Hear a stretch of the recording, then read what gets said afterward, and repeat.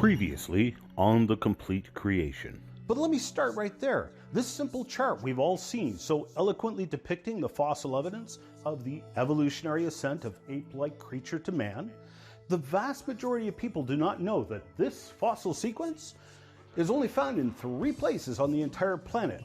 Do any of you know where we find this sequence? Only 3 places. Textbooks, museum displays, and the imaginations of people.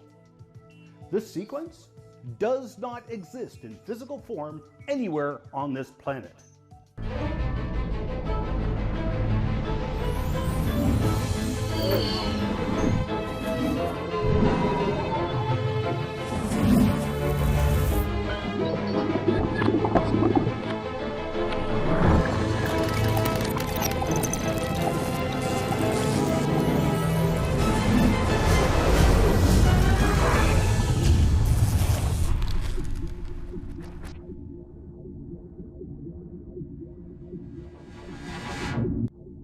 Welcome back, and thank you for joining me again in this series where we show you the information the anti-creationists don't want you to see or hear. In the last session, we set out to establish what science was and was not, and what the limits of science are. Let's start today by looking at the physical, scientific evidence and the very important history of the creation-evolution debate. You see, it wasn't that long ago, not even 150 years ago, where the consensus of the scientific community was that this book, the Bible, was a literal history book of the world, the universe, and all of life. There was no conflict between the claims of this book and the scientific evidence they dealt with every day. In fact, most of the scientists felt it was their God-given duty and purpose to scientifically explore and understand the universe. They felt that they were to heed the command to Adam to subdue the earth, to understand and control it. Now, to the scientists of the day, it was a fact that all the universe, planets, earth, and all of its life was created by a divine creator only a few thousand years ago. It was all very young. Now, pretty much all of the founding fathers of the modern sciences were what we would call Bible-believing young earth creationists. They believed that the basis of modern science depends on the universe having been created by a rational creator, and thus, at least as originally created, it was an orderly universe. Modern science as we know it today only began to flourish because of the beliefs of these founding fathers. You know, Johann Kepler, Blaise Pascal, Robert Boyle, Nicholas Steno, Isaac Newton, Leonard Euler, Carolus Linnaeus, Michael Faraday, James Joule, Louis Pasteur, James Clerk Maxwell, and many, many others. The scientific evidence did not cause them to question their belief in the Bible or its history of a created universe. It was their belief in the Bible that led them to scientific discovery. But this brings up a very important question that my good friend and geologist, John Mackay, brings up regularly. If creation were true, if this world and universe had been created as the Bible indicates, what would the scientific evidence be? If the 2 models of creation and evolution rule out all other possibilities, then the significance of this question cannot be overstated. In contradistinction, asking what the evidence would be if evolution were true is equally significant. So, if creation were true, what would the evidence be? We would expect to find evidence that the Earth and even the universe is young, in the 6,000 to 10,000 year range. Now, the age of the universe becomes tricky because you have what is called time dilation involved there. Time runs at different speeds at different places in the universe. We would expect to find evidence that life on Earth is young. In the first chapter of Genesis, the first book of the Bible that contains the creation record, 10 times it states that God created life to reproduce after their kind. So, if creation were true, we should see limited variation within species as they faithfully reproduce after their kind. We would expect to find all of life scattered throughout the historical and fossil records from the beginning, as according to the Bible, all of life was created within a single literal week. So we should see evidence that, say, man and dinosaurs lived contemporaneously. They also lived at the same time. Now, one more significant point of evidence comes from Genesis chapter 7, where it records a worldwide flood that destroyed all of life that breathes air. As you'll see in this lecture, this is not just a significant event for the special creation model, but as it turns out, whether this flood happened or not affirms or refutes the evolution model as well. You heard that right. If a global flood happened in Earth's historic past, you can kiss the entire theory of evolution goodbye. That theory has been obliterated, scientifically falsified. You cannot overstate that point.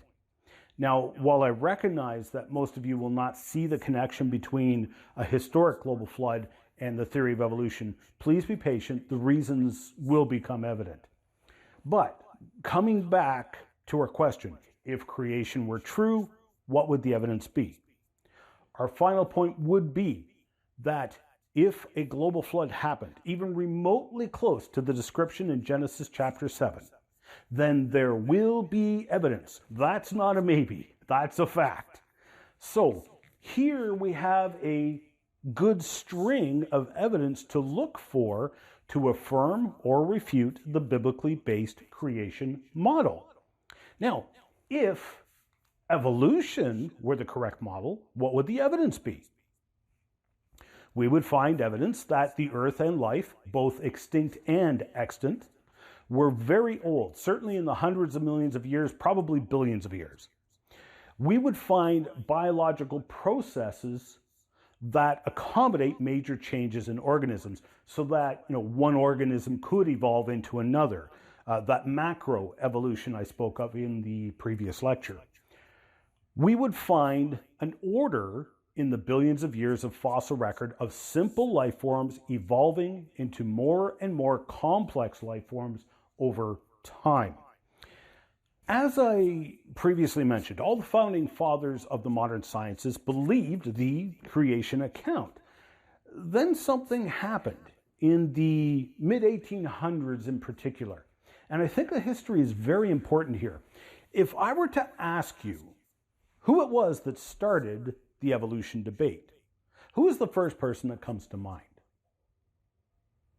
Well, Charles Darwin, of course. The funny thing is, the debate did not start with him. None of his ideas were new. In fact, even his ideas of natural selection were, ironically, plagiarized from a creationist. As Paul Humber documents in his article, Edward Blythe was the author of the natural selection concept, though he never used that term natural selection. And Blythe's published works fully expressed the concepts of natural selection in multiple papers written in the 1830s. Blythe, the curator of the museum at the Royal Asiatic Society of Bengal, was an ardent special creationist. He believed the biblical account of creation and the ideas of natural selection that he wrote about were completely compatible with the model of special creation. Now, as it turns out, not only is natural selection compatible with the biblical account of creation, contrary to what Darwin proposed, natural selection is the nemesis of evolution. We'll look at that in detail probably around lecture 15, but to summarize, natural selection actually opposes evolutionary progression. But before Darwin's time, in the preceding centuries, there was a very few people who believed various forms of evolutionary theory. In fact, there were some even before the time of Christ. The significance of this fact will come to a head in lecture 10. What would Jesus believe? But let's just say that such people were very much considered on the fringe. Unscientific nut jobs, to be frank. The modern day evolution controversy started in a most unusual area. Let me first bring up three men whose names you may or may not know: Martin Luther, Charles Finney, and John Calvin. Luther, many of you will probably recognize, even if only from history and having no knowledge of the Christian church history. But all three men were preachers who rattled the world with their actions and writings, and I would say profoundly impacted the world for the better. All three men also went to school for the same profession. Do any of you know what profession that was? Now, most who know anything about these men, because of their profound influence on the Christian church, assume that they went to school to study theology, but they did not. They went to school to learn to be lawyers. They learned the craft of argumentation. As much as we disdain lawyers, we need to give them credit where credit is due. But do you know who did go to school to learn theology? That's right, Charles Darwin. His only earned degree was in theology. But let me introduce you to another man who profoundly impacted the world, I would say for the worse, and with his writings and his studies addressing religious beliefs. He too went to school to be trained as a lawyer. His name was Sir Charles Lyell, and he became known not as a great lawyer, but as one of the founding fathers of the modern science of geology. He popularized the concept of uniformitarianism proposed by James Hutton. Now, don't let the big words scare you. Just look at the root word, uniform. It was the idea that all geological processes were uniform, gradual and slow, with no catastrophes. In my opinion, this uniformitarian geology, though scientifically bankrupt, has been the single most effective weapon ever produced against the Bible. Think about it. Did banning the Bible get rid of it? No. In fact, it only caused more demand for the book. Did burning the Bible get rid of it? Nope. Only made people want it all the more. Did killing off its believers, burning them alive, crucifying them publicly, imprisoning them, and destroying their Bibles make the Bible go away? Nope. It simply caused the other believers to scatter and take their Bibles with them to the ends of the world, further spreading the much maligned book. Yet today, when anyone speaks of this book as a literal history book of the life, the universe, and everything, the first thing that goes through the minds of most observers is, are you out of your mind? The earth is billions of years old. That book cannot possibly be true. That is the effect of uniformitarian geology. An anti-science weapon connivingly concocted by Lyell to discredit the Bible, and more specifically, as he secretly admitted in writing, it was a weapon to rid the world of the history of the great flood of Noah. It was Lyell who coined the phrase, "the present is the key to the past." How many of you have heard that phrase in your education? That phrase is loaded. How many of you have seen a global flood recently? You see, Lyell was trained as a lawyer, and he made use of an excellent lawyer's tactic to build his case. Notice that with that one simple, easy to remember phrase, he just disqualified a global flood from history because he argues that only present-day processes are allowed to interpret the past, and we don't have global floods happening today. You can count on it. In Genesis chapter 9, God makes a promise to the families coming off of the Ark of Noah after the great worldwide flood, promising to never again flood the earth. He sets a rainbow in the sky as a symbol to remind us of his promise. So we know that there will never be another worldwide flood as a present-day process. You see, one tactic that lawyers use is to not attack their opponent's case head on, but rather to provide a believable, alternate explanation for the facts. If you have a murder case with all kinds of evidence pointing to your client as the murderer, you would try to come up with a different story of the events which explains all the facts, which does not even involve your client. A powerful psychological part of that tactic is to never mention your opponent's arguments or case, because you are trying to distract the jury from your opponent's case. To directly address your opponent's claims head on, you are giving them and their arguments credibility and attention. By not even giving your opponent's arguments a mention, but instead simply presenting your convincing story to explain away the evidence, you cement your story in the minds of the jurors while simultaneously giving no credence to your opponent's story. This is precisely what Lyell did with his catchphrase, "The present is the key to the past." In one short sentence, he presented his case and ruled out a historic global flood from the picture without even mentioning it. He replaced history with his story, a story of deep time, millions of years, maybe hundreds of millions of years of present-day processes. Now, this is an excellent legal tactic, but is it scientific? Hardly. In fact, not only is it unscientific, it's not even pseudoscientific, but rather it is anti-science. Notice he ruled out possible scientific conclusions from consideration and ruled out huge amounts of scientific evidence from the research and modeling before the scientific hypothesis was even formulated. He simply disallowed it.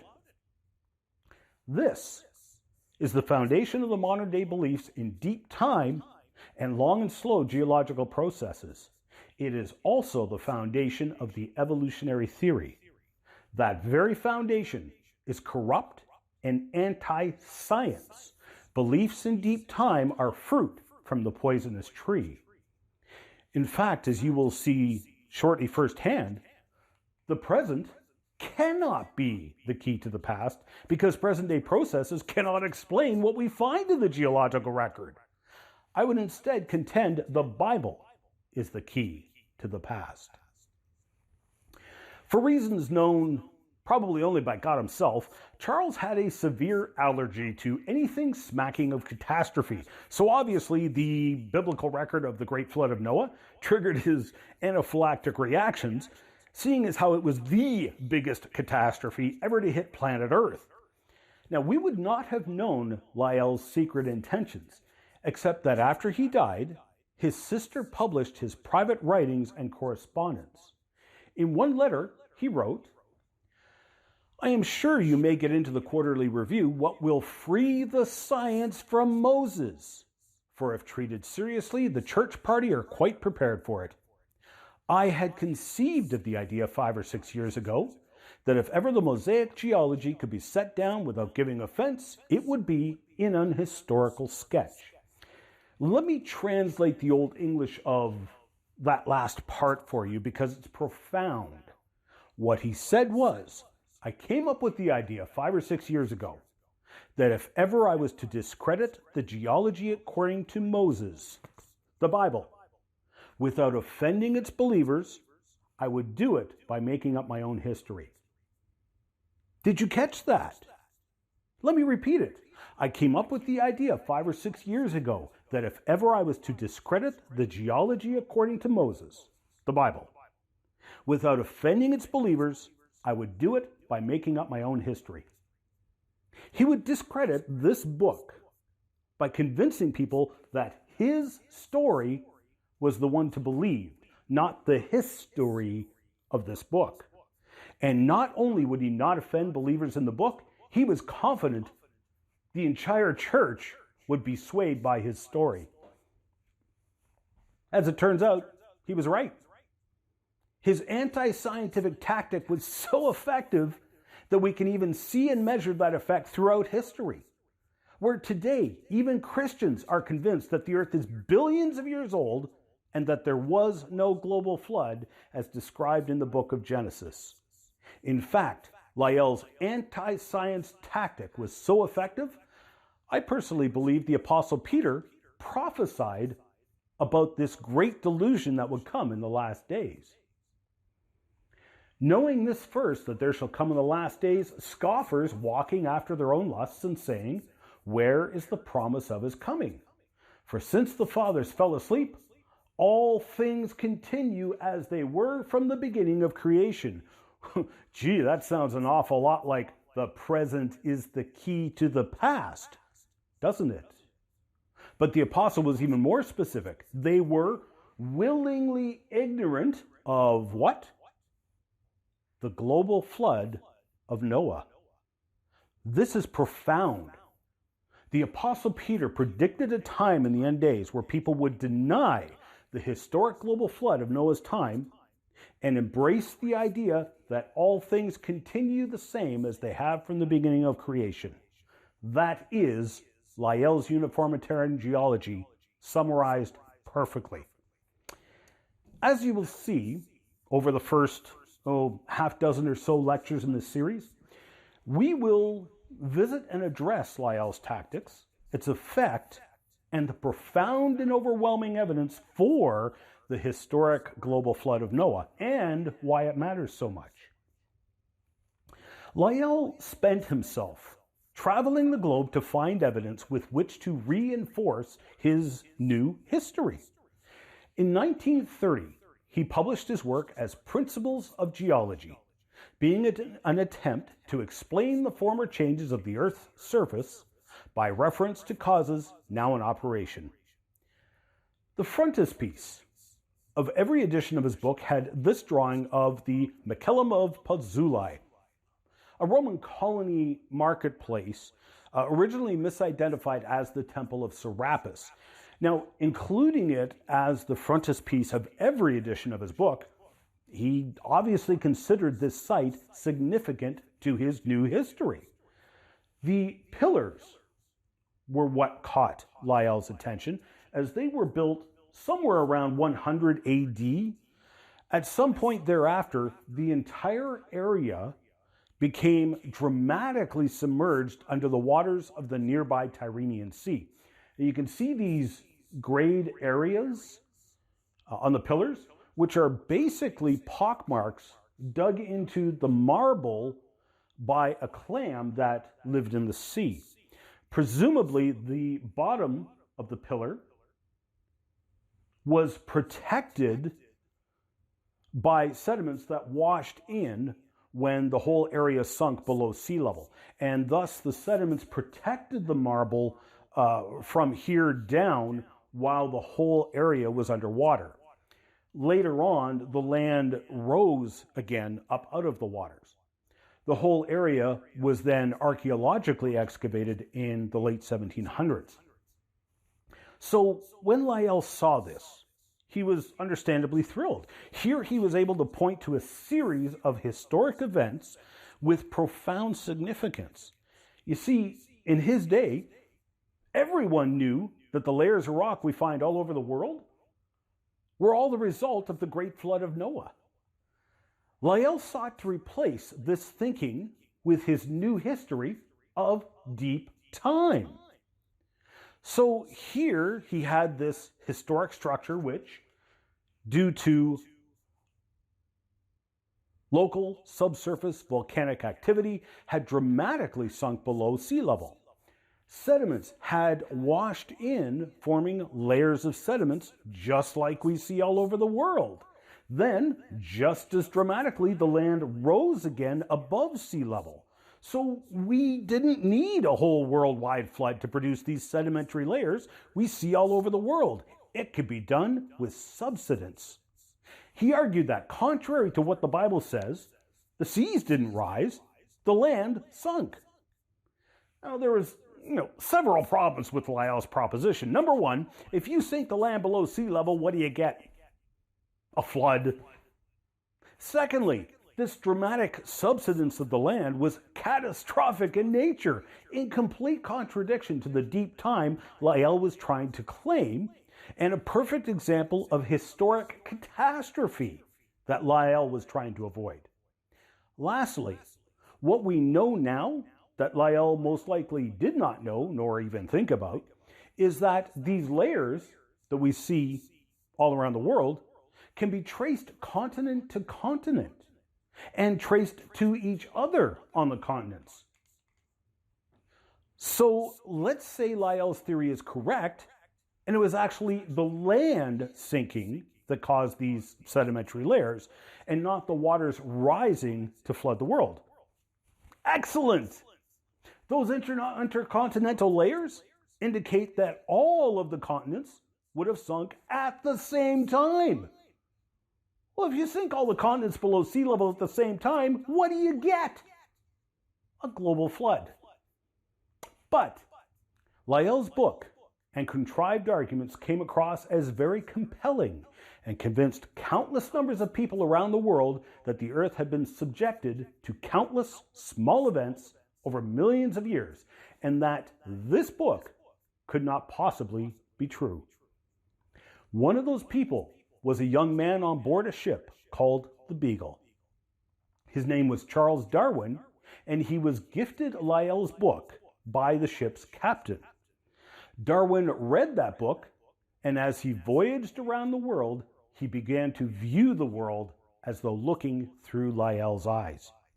He now had his deep time in which he would put his theory of evolution now fomenting in his mind.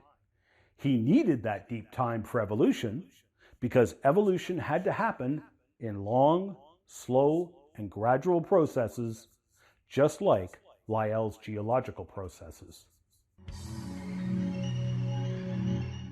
Coming up in the next Complete Creation. Now, you can call Lyell's work and writings anything you want, as long as you don't use words like good work, accurate, scientific, or honest.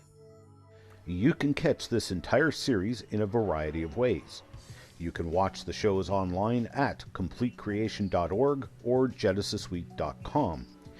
You can also purchase the Complete Creation series in full high definition on Blu-ray or video on demand at completecreation.org, or support the Miracle Channel with a monthly tax-deductible donation and access the entire Complete Creation series in high definition through Corco, Miracle Channel's video on demand service.